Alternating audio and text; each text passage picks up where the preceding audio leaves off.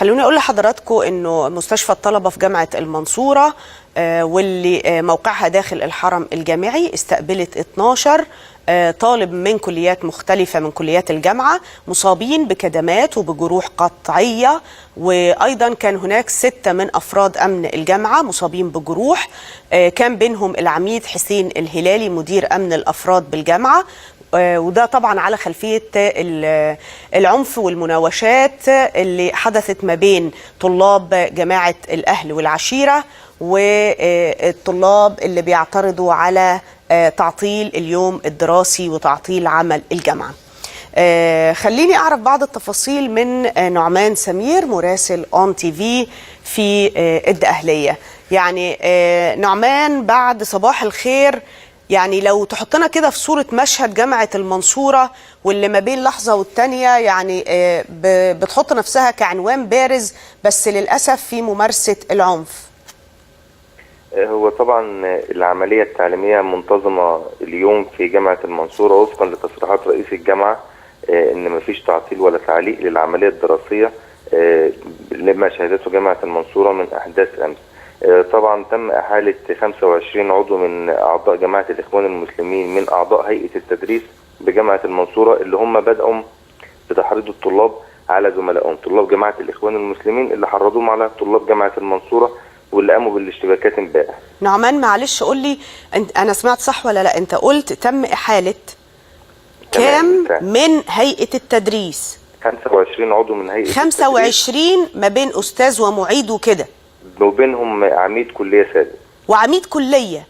هم نفسهم اللي كانوا بيحرضوا على ممارسة العنف. ينتموا لجماعة الإخوان المسلمين، وهم اللي بدأوا أحداث أمس في جامعة المنصورة، هم اللي بدأوا بالتجمع أمام كلية هندسة ما شاء الله، ودعوة الطلاب وعمل مسيرة داخل جامعة المنصورة، ومن ثم الاشتباكات اللي دارت بين طلاب جامعة المنصورة وطلاب جماعة الإخوان المسلمين اللي أسفرت عن إصابة 12 من الطلاب بجروح قطعية وكدمات تم نقلهم لمستشفى الطلبة، بالإضافة إلى إصابة 6 من أفراد أمن الجامعة أثناء فض الاشتباكات وتم نقلهم أيضا لمستشفى الطلبة، وكانت جاءت الأعداد الرسمية بالإضافة إلى إصابة عشرات الطلاب داخل الحرم الجامعي، وتم عبارة عن كدمات ويتم علاجهم في اماكنهم او خافوا ان هم يروحوا تحسبا لاي اجراء اداري يتم محاسبتهم فيه. طب عايز اسال سؤال، ال 25 دول من يعني من هيئه التدريس، ايه موقف وزير التعليم العالي؟ يعني الدنيا ماشيه ازاي؟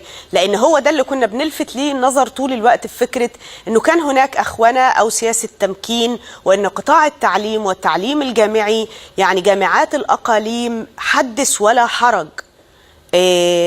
الناس دي تم اخذ اقوالها وخرجت. في اي معلومه ممكن تزودنا بيها بخصوص التعامل مع ال 25 من اعضاء هيئه التدريس؟ هو دول في الأحداث أمس، اللي طبعا القرار ده كان بعد الساعة 8 مساء أمس، إن هو تم أحالتهم لمجلس التأديب وأحالتهم للتحقيق الإداري في جامعة المنصورة. يعني لسه الإجراءات ما تبينش، لسه وزير التعليم العالي ما تحركش، لسه ما فيش تحركات بالنسبة لهم، لأن لسه الإجراء متخذ مثلا من أمس يعني. وطبعا بعد الاحداث كانت جامعه المنصوره خاليه من اعضاء اي تدريس بعد الاشتباكات اللي شهدتها الجامعه، الاشتباكات اللي امتدت حتى خارج اسوار جامعه المنصوره، وتمكنت مديريه امن الدقهليه من السيطره عليها باطلاق قنابل مسيله للدموع بعد تحطيم السيارات في الشارع وقطع طريق شارع الجمهوريه، بالاضافه الى الاشتباكات اللي كانت موجوده في نفس التوقيت داخل الحرم الجامعي بين طلاب جماعه الاخوان المسلمين وطلاب جامعه المنصوره.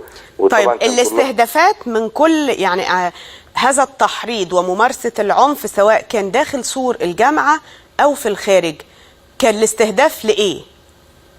هو ما يبدو أن هو لتعطيل العملية الدراسية يعني كالعادة، لأن منذ بداية الدراسة وطلاب جماعة الإخوان المسلمين وعددهم لم يتجاوز 400 طالب بيقوموا دائما بعمل مسيرات، وإن خرجت المسيرات خارج جامعة المنصورة يتم الاشتباكات مع الأهالي بالخارج، وإن استمرت داخل جامعة المنصورة يتم الاشتباك مع الطلاب.